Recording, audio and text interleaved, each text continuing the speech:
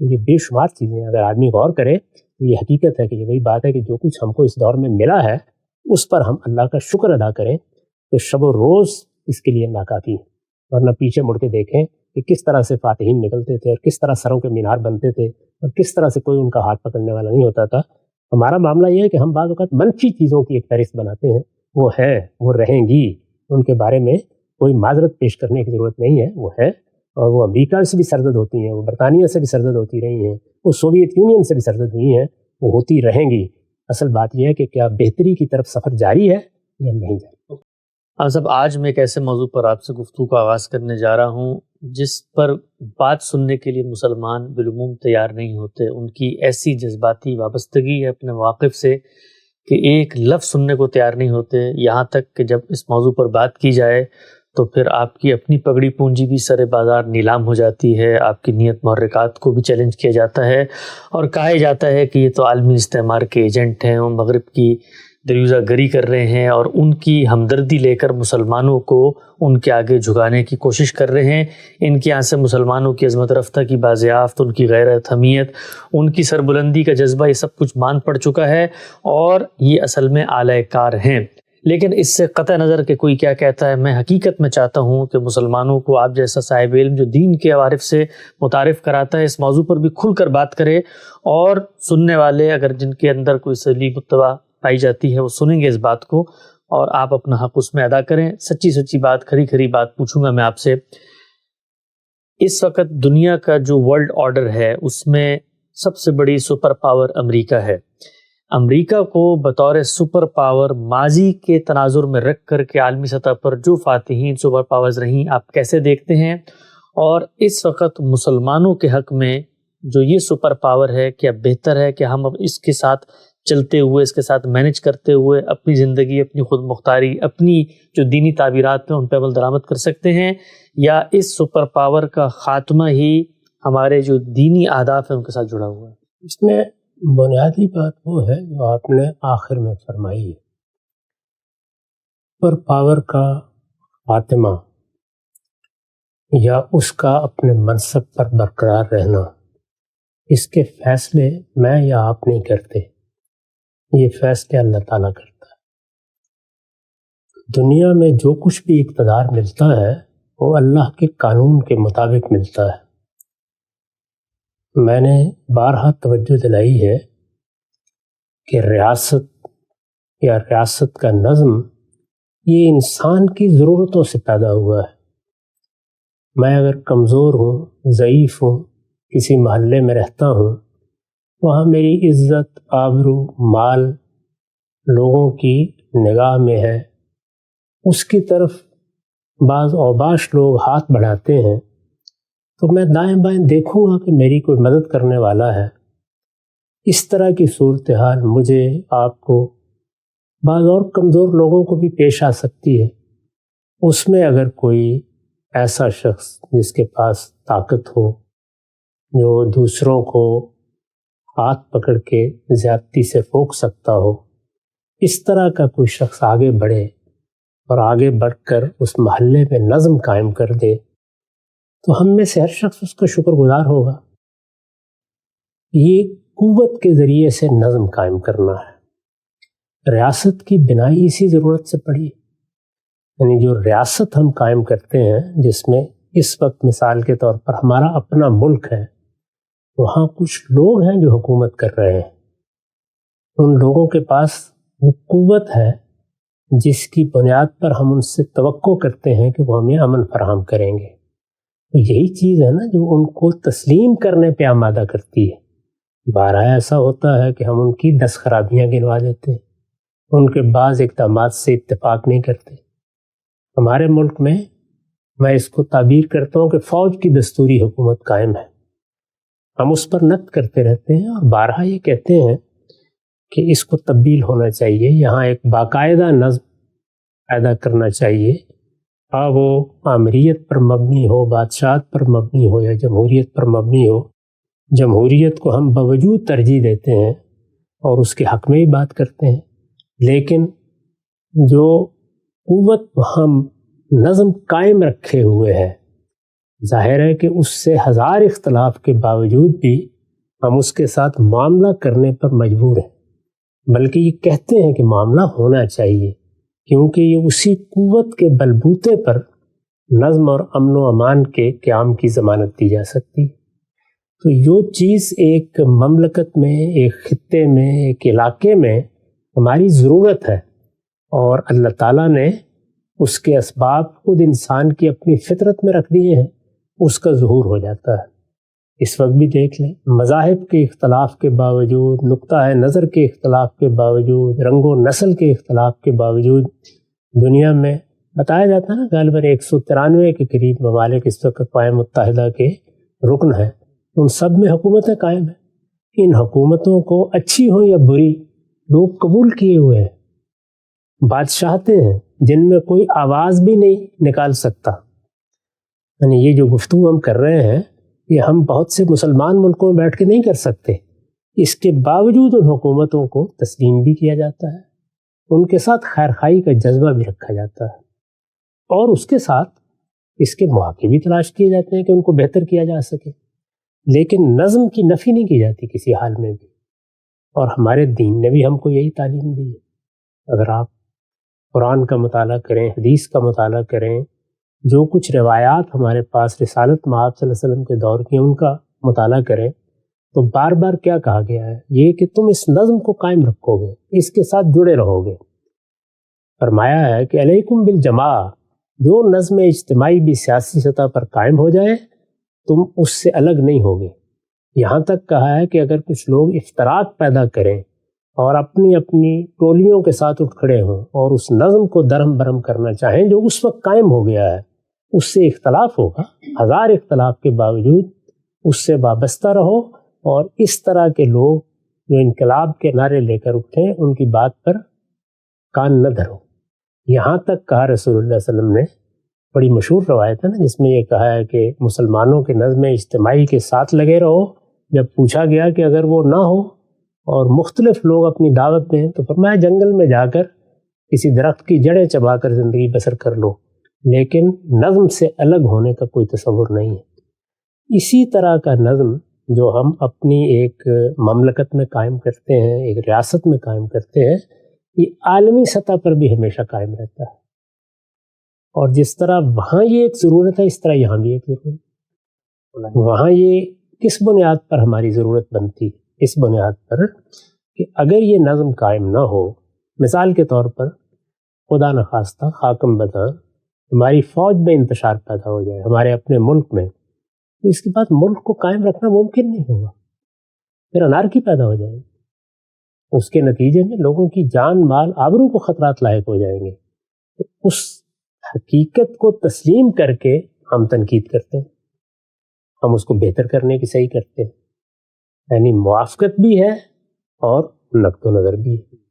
یہ کیوں ہے؟ اس لیے کہ وجود ناگزیر ہے، وہ وجود اگر ختم ہو گیا تو پھر اس کے متبادل کی حیثیت یہ نہیں ہوگی کہ جمہوریت پیدا ہو جائے گی یا بڑی آزادی ہمیں حاصل ہو جائے گی یا اس میں انصاف ہو جائے گا یا قانون کی حکمرانی ہو جائے گی، انارکی ہو جائے گی۔ اور انارکی اختلال یہ کیا ہے؟ فساد۔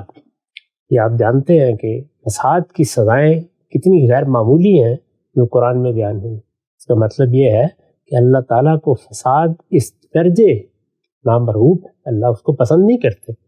فساد میں لوگوں کی جان مال آبرو کو خطرات لاحق ہو جاتے ہیں۔ تو یہ اس مملکت کے اندر رہنے والے انسانوں کا معاملہ ہے۔ وہ کون سے لوگ ہوتے ہیں جن سے خطرہ ہوتا ہے؟ جن کے پاس کسی نہ کسی نوعیت کی طاقت ہوتی ہے، کبھی جسمانی طاقت، کبھی جتھے کی طاقت، کبھی ہتھیار کی طاقت، منصب کی طاقت، کبھی منصب کی طاقت۔ وہی لوگ ہیں ان کا ہاتھ پکڑنے کی ضرورت ہوتی ہے، وہ لوگوں کے ساتھ کوئی زیادتی نہ کریں، ان پر ظلم نہ کریں۔ اس کے لیے ہم بری حکومتوں کو بھی گوارا کرتے ہیں، یعنی یہ نہیں کہتے کہ بری حکومت ہونی ہی نہیں چاہیے سرے سے، ہم یہ کہتے ہیں کہ حکومت کو اچھا بننا چاہیے۔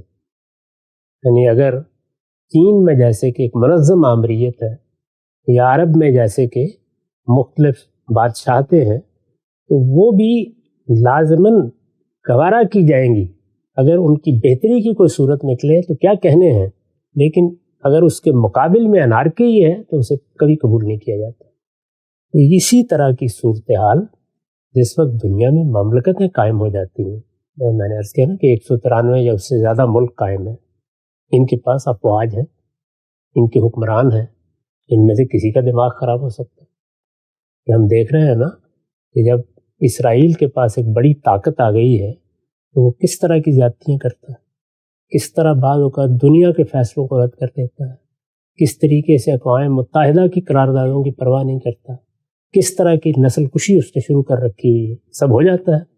اس کا مطلب یہ ہے کہ جو خطرات افراد سے، گروہوں سے، جماعتوں سے کسی مملکت کے اندر ہوتے ہیں، اگر نظم موجود نہ رہے وہ سب لوگ اٹھیں گے اور اٹھ کر پھر وہ شہروں کو اور آبادیوں کو تاراج کر ڈالیں گے. اسی طرح کا معاملہ ان مملکتوں کا بھی ہے. ان مملکتوں کے پاس بھی قوت آ جاتی ہے. قوت آ جاتی ہے، ان میں سے کوئی بھی اوباشی پر اتر سکتا ہے. اس کے لیے یہ ضروری ہوتا ہے کہ کوئی عالمی نظم رہے. چنانچہ بڑی بڑی سلطنتیں پہلے قائم ہوتی تھیں اس مقصد کے لیے، اور ان سلطنتوں سے یہ توقع کی جاتی تھی کہ وہ اس طرح کی سرکشی کرنے والی قوتوں کو لگام دیے رکھیں.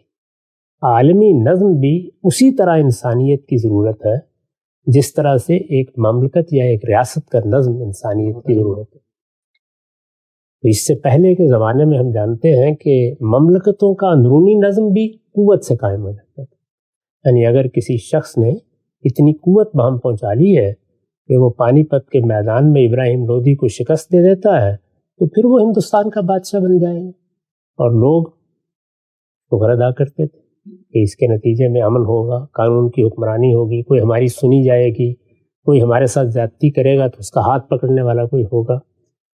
اس میں شبہ نہیں ہے کہ اس موقع پر بھی بہت سی چیزیں تھیں جو قابل تنقید ہوا کرتی تھی. تو جس طرح ہماری اپنی حکومت جو ہمارے اپنے ملک میں قائم ہوتی ہے، ہمارے بھائی قائم کرتے ہیں، اس کے لیے ادارے بنائے جاتے ہیں، ان پر تنقید بھی ہوتی رہتی ہے اور ان کے قیام اور بقا کے لیے دل سے دعا بھی کی جاتی ہے، کیونکہ اسی قیام اور اسی بقا پر اصل میں خود ہمارے قیام و بقا کا انحصار ہوتا ہے. جیسے قرآن مجید نے کہا ہے نا کہ لوگوں کا مال اصل میں قیام للناس ہے، اسی پر دنیا چل رہی ہے. تو اسی طرح سے نظم حکومت بھی قیام للناس ہے، اسی پر ہمارے بقا کا انحصار ہوتا ہے. بحیثیت مجموعی یہ زیادہ بڑا خطرہ ہے کہ اگر مملکت کوئی اوباشی پر اتر آئے، حدود سے تجاوز کر لے.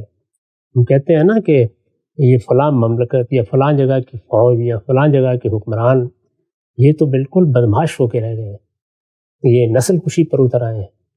یہ آپ کو یاد ہوگا بوسنیا میں کیا صورتحال پیدا ہو گئی تھی. ایسے موقعوں پر ایک عالمی نظم چاہیے، اور عالمی نظم یہ آسان نہیں ہوتا کہ لوگوں کو آمادہ کیا جائے، وہ قائم ہو جائے. تو پہلے کیا ہوتا تھا، جس طرح مملکتوں کے اندر قوت ہی فیصلہ کرتی تھی، اسی طریقے سے بڑے فاتحین بڑی سلطنتیں قائم کر کے یہی خدمت انجام دیتے. یہ اللہ تعالیٰ کا بنایا ہوا قانون ہے. اس گفتگو سے یہ مطلب نہ لیا جائے کہ میں یہ کہہ رہا ہوں کہ ان سلطنتوں کو غلطیوں سے پاک قرار دے دیا جائے، ان کے نظم کو کوئی مثالی چیز سمجھ لیا جائے. اس کی بہتری کی بات ہوگی.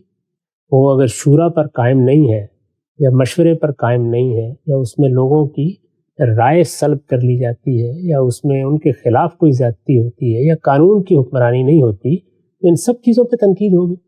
میں نے بارہا یہ کہا ہے کہ دنیا میں بہت سی سیاسی اقدار ہیں جو ہم سب کے لیے آئیڈیل ہونی چاہیے، یعنی ہم ان کو حاصل کرنے کی ضرورت کریں، وہ تو ہم کریں گے، لیکن اس قیمت پر نہیں کہ انارکی پیدا ہو جائے، اس قیمت پر نہیں کہ لوگوں کی جان مال آبرو خطرے میں آ جائے.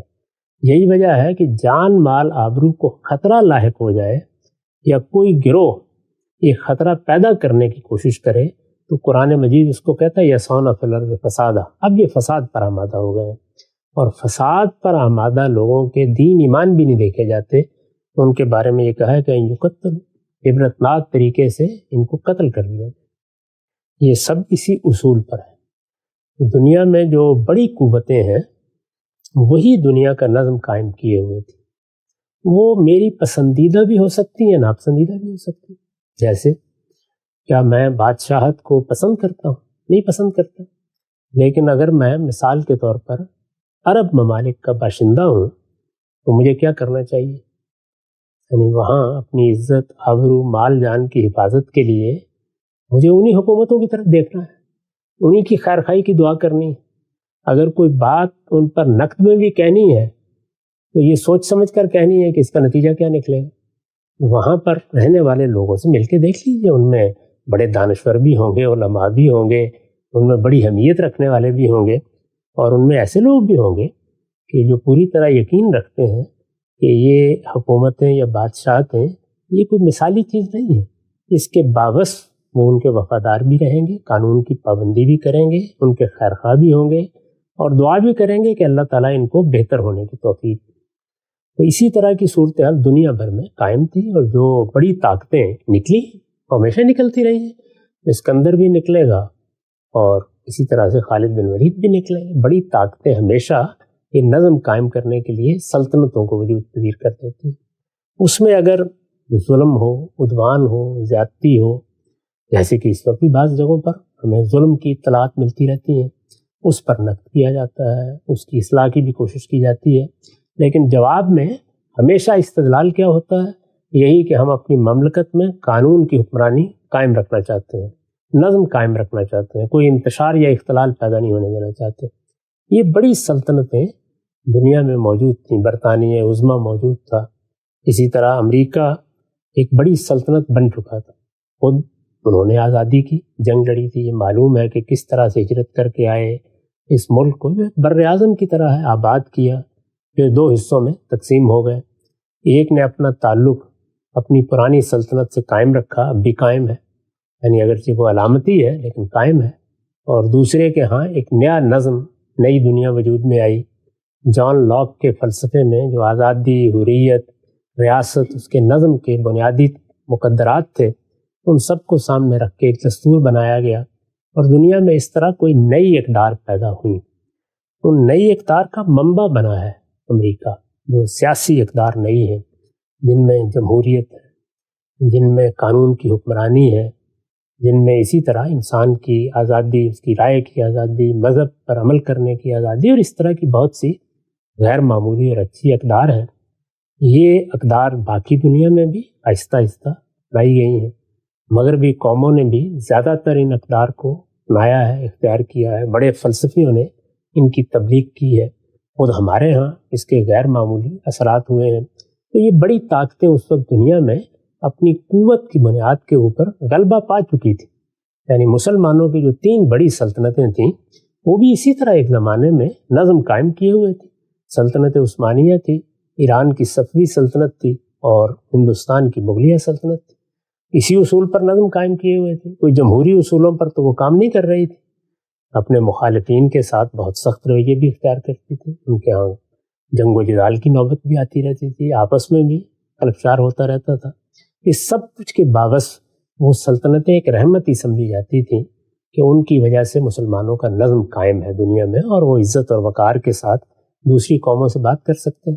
17ویں صدی کے بعد یہ صورتحال تبدیل ہونا شروع ہوئی، اور مغربی قوموں سے بڑی سلطنتیں پیدا ہونا شروع ہو گئی۔ معلوم ہے کہ برطانیہ عظمیٰ کے بارے میں یہ کہا جاتا تھا کہ ایک جزیرے سے ایک قوم اٹھی اور اس کی سلطنت میں اب سورج غروب نہیں ہوتا، اتنی بڑی سلطنت، وہ بھی قوتی کے بلبوتے پر قائم ہوئی تھی۔ تو پہلی دوسری جنگ عظیم نے ان سلطنتوں کے بڑے لوگوں کو یہ سجایا، اور پھر بڑے فلسفی بھی پیدا ہوئے، اور انسان کی حریت اور اس کے آداب بھی۔ تو یہ پہلی مرتبہ تاریخ میں ہوا کہ عالمی سطح کا ایک نظم بنایا گیا، جس کو ہم پہلے جمعیت اقوام کی صورت میں دیکھتے رہے، اور بعد میں وہ اقوام متحدہ کی صورت اختیار کر گیا۔ جو نئے اقدار پیدا ہوئے تھے، یا نئے سیاسی تصورات پیدا ہوئے تھے، یا جن چیزوں کی اصلاح کی ضرورت محسوس کی گئی، یا دنیا نے پیچھے بڑی سلطنتوں کے تجربات سے جو کچھ سیکھا، اور انسان ایسے ہی سیکھتا ہے، ان سب کو سامنے رکھ کر وہ اصول، وہ قاعدے، وہ کنونشن اور وہ بین الاقوامی قانون آہستہ آہستہ بننا شروع ہوا، جس کے تحت اس وقت دنیا زندگی بسر کر رہی ہے۔ اب اگر اس لحاظ سے آپ پیچھے مڑ کے دیکھیں گے تو مجرد قوت کے مقابلے میں ظاہر ہے کہ قانون کو بڑی حد تک ملحوظ رکھنے والے، قانون کی پابندی کرنے کے لیے بعض حالات میں مجبور بڑے ملک اور ایک دوسرے کی طرف بھی دیکھنے والے کہ اگر ہم نے کوئی غلط اقدام کیا تو اس کے نتائج کیا نکلیں گے، اور ایک نظم کے تحت یا بعض اقدار کے تحت گفتگو کرنے والے ملک اس وقت بھی دنیا پر حکومت کر رہے ہیں۔ یہ معلوم ہے کہ اقوام متحدہ میں انسانی حقوق کا ایک منشور بنایا گیا، یہ معلوم ہے کہ بہت سے ادارے دنیا کی قوموں کی مدد کرنے کے لیے بنائے گئے، ایک ایسا نظم قائم کرنے کی صحیح کی گئی جس میں دنیا کی بڑی طاقتوں میں کم سے کم محاربت ہو، یعنی وہ ایک دوسرے کے ساتھ مل بیٹھ کے اپنے معاملات طے کر لیں۔ تو پہلی دوسری جنگ عظیم کے تجربات، پچھلی قوموں کے تجربات، جو اس سے پہلے فتوحات کی بنیاد پر سلطنتیں بنتی تھیں، ان کے تجربات، ان سب کو سامنے رکھ کر یہ موجودہ دنیا کا نظم بنا ہے۔ میں نے عرض کیا کہ اس میں بھی ہزار خامیاں گنوائی جا سکتی ہیں، اس میں خلاف ورزیاں بھی ہوتی ہیں اور ہوئی ہیں دنیا میں، بعض خلاف ورزیاں بڑی تکلیف دہ خلاف ورزیاں ہیں، ان پر انسان کا ضمیر ملامت کرتا ہے کہ یہ کیا چیز ہے، انسان کو ایسے نہیں کرنا چاہیے تھا۔ بڑا مشکل ہے کہ جو باہمی محاربت ہوتی ہے اس میں بعض چیزوں کی حقیقی مدافعت کی جا سکے۔ مثال کے طور پر جس طرح کا ایک اقدام عراق کے خلاف ہوا، اس کو دنیا کے ضمیر نے کبھی قبول نہیں کیا، یا جس طرح سے اسرائیل قائم کیا گیا اس کے بارے میں بھی 10 اعتراضات ہیں۔ یہ تو ٹھیک ہے کہ فاتحین نے ایک فیصلہ کر لیا، وہ ایک قوم کو لے آئے، لیکن کیا اس طرح سے یہ فیصلہ ہونا چاہیے تھا؟ اس طرح سے ایک دوسری قوم کے لیے یہ مسئلہ پیدا کر دینا چاہیے تھا کہ اس کے لیے جینے مرنے میں انتخاب کا سوال پیدا ہو جائے؟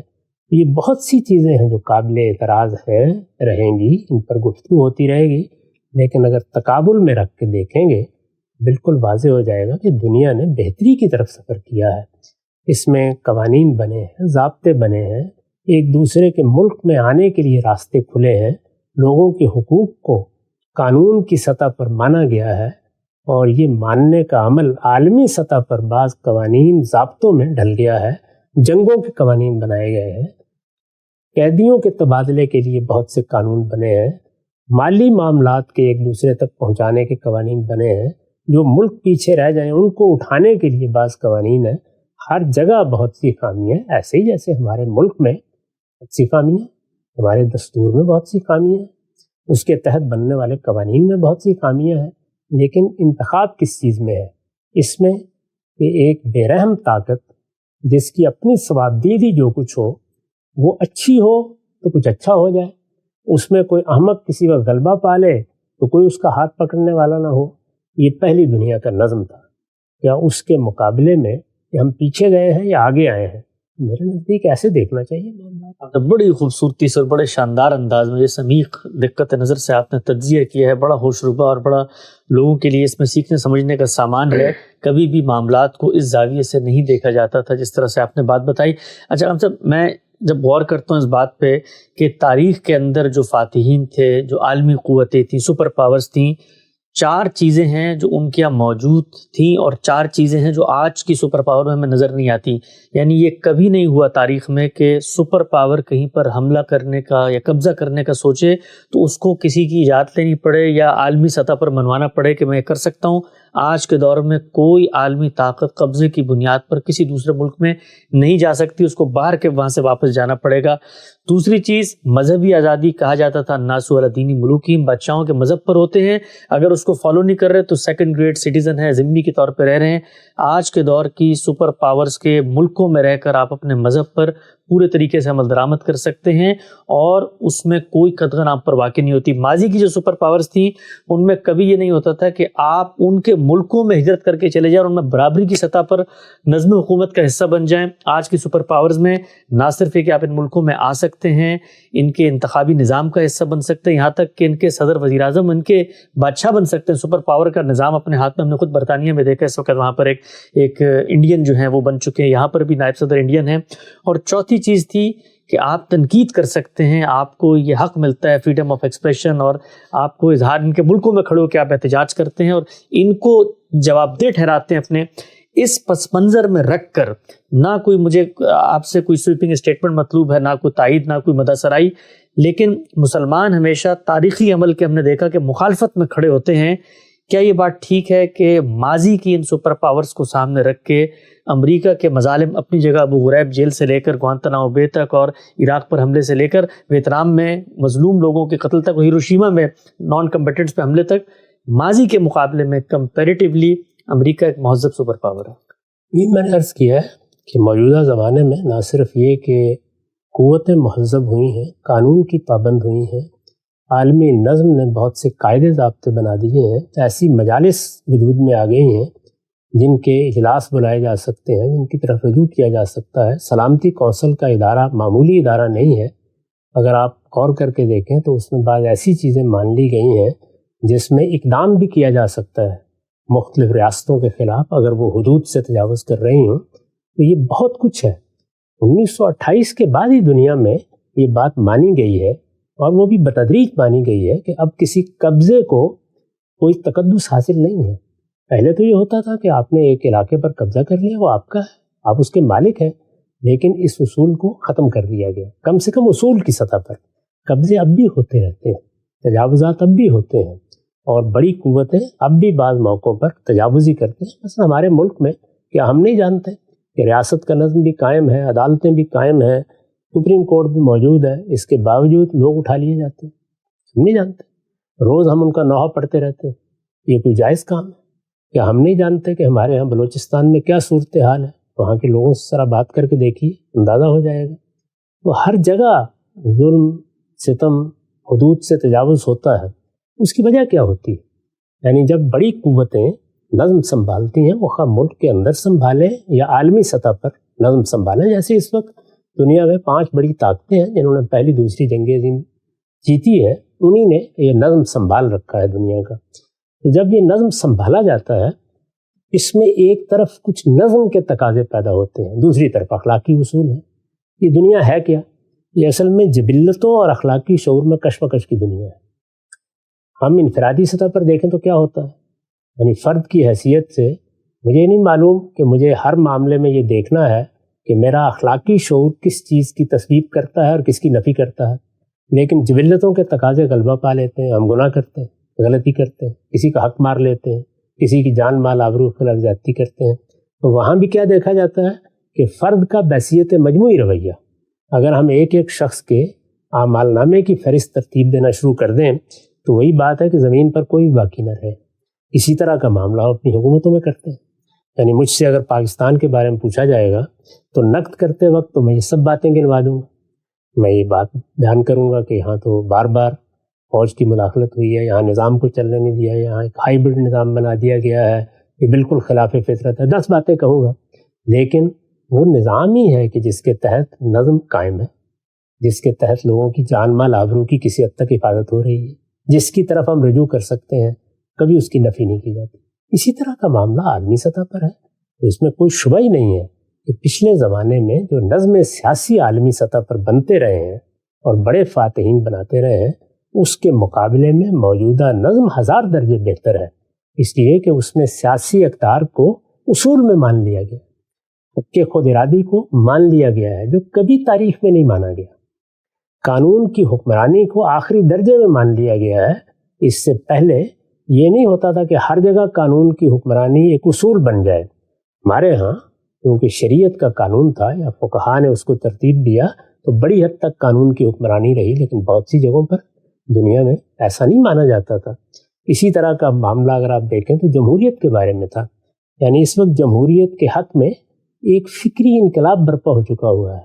آمریتیں بھی یہ نہیں کہتی یا بادشاہتیں بھی یہ نہیں کہتی کہ وہ بہتر جگہ پر کھڑی ہیں، اس کو اصول میں مانا گیا ہے، تسلیم کیا گیا ہے۔ انسان کے بنیادی حقوق، اس میں 2 چیزوں سے 4 چیزوں سے مجھے اختلاف ہو سکتا ہے، ان بنیادی حقوق میں بعض تجاوزات بھی ہیں، لیکن اس سب کے باعث بھی ایک سفر ہے جو ہوا ہے، اور وہی بنیادی حقوق ہے۔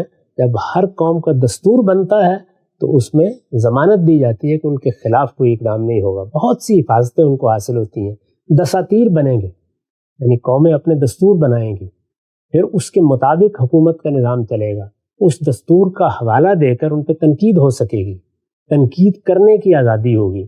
یہ بے شمار چیزیں اگر آدمی غور کرے تو یہ حقیقت ہے کہ یہ وہی بات ہے کہ جو کچھ ہم کو اس دور میں ملا ہے اس پر ہم اللہ کا شکر ادا کریں تو شب و روز اس کے لیے ناکافی ہے، ورنہ پیچھے مڑ کے دیکھیں کہ کس طرح سے فاتحین نکلتے تھے اور کس طرح سروں کے مینار بنتے تھے اور کس طرح سے کوئی ان کا ہاتھ پکڑنے والا نہیں ہوتا تھا. ہمارا معاملہ یہ ہے کہ ہم بعض اوقات منفی چیزوں کی ایک فہرست بناتے ہیں. وہ ہیں، وہ رہیں گی، ان کے بارے میں کوئی معذرت پیش کرنے کی ضرورت نہیں ہے. وہ ہے، اور وہ امریکہ سے بھی سرزد ہوتی ہیں، وہ برطانیہ سے بھی سرزد ہوتی رہی ہیں، وہ سوویت یونین سے بھی سرزد ہوئی ہیں، وہ ہوتی رہیں گی. اصل بات یہ ہے کہ کیا بہتری کی طرف سفر جاری ہے یا نہیں جاری. تو بالکل واضح ہو گیا. ہم سب آخری سوال آپ نے کہا غلطیاں ہوتی ہیں، عالمی طاقتوں سے بھی ہوتی ہیں اور زیر دست غلاموں سے بھی ہو جاتی ہیں. خود ہم نے جو کچھ کیا ہے پاکستان میں، جس طریقے سے لوگوں کی جان مال آبرو کے خلاف زیادتی کی جاتی ہے، ریاست قانون کے نہاد میں کرتی ہے، بلوچستان کی تاریخ ہمارے سامنے ہے، تو ہر جگہ پہ ہو رہا ہوتا ہے.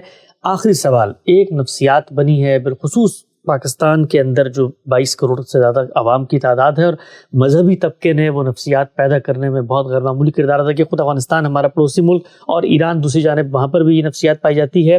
سوال ٹو دا پوائنٹ میں آپ سے پوچھتا ہوں، کیا یہ ممکن ہے کہ اس عالمی نظم جو کچھ ابھی موجود ہے اس کو مانتے ہوئے مسلمان عزت کے ساتھ، ترقی کے ساتھ، آسودگی کے ساتھ، آزادی کے ساتھ اس دنیا کے اندر جی سکتے ہیں، اپنے مذہبی نظریات پہ عمل درآمد کر سکتے ہیں، معاشی طور پہ خود مختار ہو سکتے ہیں، جیسے ہم نے دیکھا ملیشیا، انڈونیشیا، ترکی یا امارات کی ریاستیں ہیں؟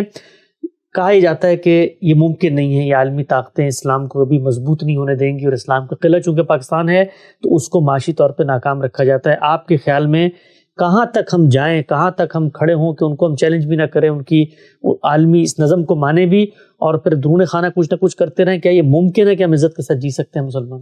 اس میں کیا شبہ ہے، جتنے مواقع اللہ تعالیٰ نے اس دور میں اس کے پیدا کر دیے ہیں وہ تاریخ میں کم ہوئے ہیں. آپ یہ دیکھیں کہ ریاستیں باج گزار ہو جاتی تھیں، آپ اپنے ملک میں ٹیکس اکٹھا کرتے تھے اور باہر سے لوگ آ کے ایک پورا ڈھیر لے کے چلے جاتے تھے. یہ سب چیزیں ہوا کرتی تھیں. تو اس وجہ سے جن چیزوں کو اللہ تعالیٰ نے اس وقت طے کرا دیا ہے ان پر اس کا شکر ادا کرنا چاہیے. ہم بہرحال ایک زوال آشنا قوم ہے، ہم اپنی سلطنتیں کھو چکے ہیں، ہم نے پہلی جنگ عظیم میں شکست کھائی ہے، تینوں بڑی سلطنتیں ہماری ختم ہو گئیں، دنیا کا نظم اب ہمارے ہاتھ میں نہیں ہے. اس میں اب ہمیں اپنی تعمیر کا کام کرنا ہے. اس کے لیے دو ہی نکات ہیں. ایک یہ کہ کانفرنٹیشن سے آخری درجے میں پرہیز کیا جائے. جب قبل از وقت آپ تصادم مول لے لیتے ہیں تو اپنی راہ کھوٹی کرتے ہیں. اسی لیے تصادم کی جو صورت بھی پیدا ہوتی ہے اس پر میں ہمیشہ نقد کرتا ہوں، ادب سے عرض کرتا ہوں کہ اس سے گریز کیجیے. امن خود ہماری ضرورت ہے، اس لیے کہ ہم شکست کھا چکے ہیں اور ہمیں اوپر اٹھنے کے لیے وقت چاہیے. اگر ہم قبل از وقت تصادم کی طرف جائیں گے تو اپنا نقصان کریں گے. اور دوسرے یہ کہ قوموں کی تعمیر کے لیے جو لائے عمل اللہ تعالیٰ نے بتایا ہے اس کی طرف توجہ دیں. وہ یہ نہیں ہے کہ قبل از وقت سر پھوڑ کے مر جائیں، وہ یہ ہے کہ آپ اپنے علم و اخلاق کی طرف توجہ دیں. دنیا میں یہی دو چیزیں ہیں جن کی بنیاد پر قوموں کی تقدیر کے فیصلے ہوتے ہیں. چنانچہ آپ نے جو بعض مسلمان قوموں کی طرف توجہ دلائی ہے انہوں نے اسی جانب توجہ کی ہے، تو اللہ تعالیٰ نے ان کے لیے بہتر حالات پیدا کیے ہیں. یہ سب کے سب مل کر اگر ایسے ہی کریں گے تو بہتر حالات پیدا ہوں گے. لیکن اس کا راز وہی ہے، یعنی پہلی بات یہ کہ جو کچھ ملا ہے اس پر شکر گزار ہوں، اور جو نہیں ملا اس کو فی الحال مؤخر کر دیں اور اپنی تعمیر پر توجہ دیں، اور اس کا لائے عمل ہے علم و اخلاق کی برتری. نقطہ بالکل واضح ہو گیا ہے. اس وقت عالمی سطح پر جو سپر پاورز ہیں، کیا وہ ماضی کی نسبت مہذب ہیں؟ ان کے ساتھ چل کے مسلمان اپنے دین پر عمل درآمد کر سکتے ہیں. اسی طرح سے کیا مسلمانوں کی ملی تعمیر، ترقی ممکن ہے؟ غام صاحب نے بہت ہی دردمندی کے ساتھ بڑی ہی گہری باتیں کی ہیں. اللہ تعالیٰ ہمیں توفیق دے کہ ہم ان کو سمجھیں. وقت آپ کا ختم ہوتا ہے، دوبارہ حاضر خدمت ہوں گے. اب تک آپ لوگ کا بہت شکریہ.